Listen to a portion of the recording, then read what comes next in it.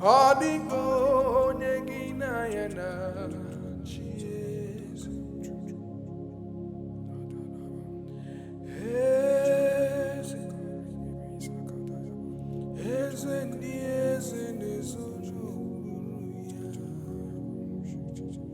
Adigo nyegina yana Jesus.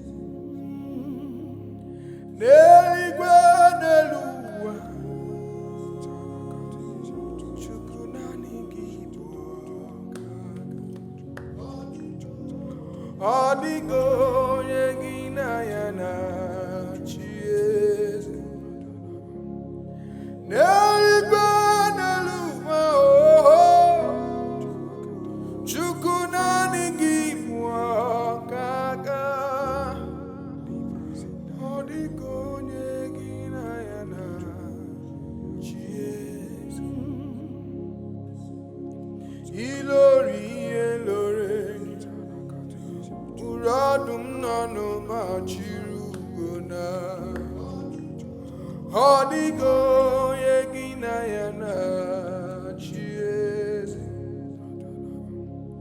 Ipu ane bwacha mana gibo kachara nevo.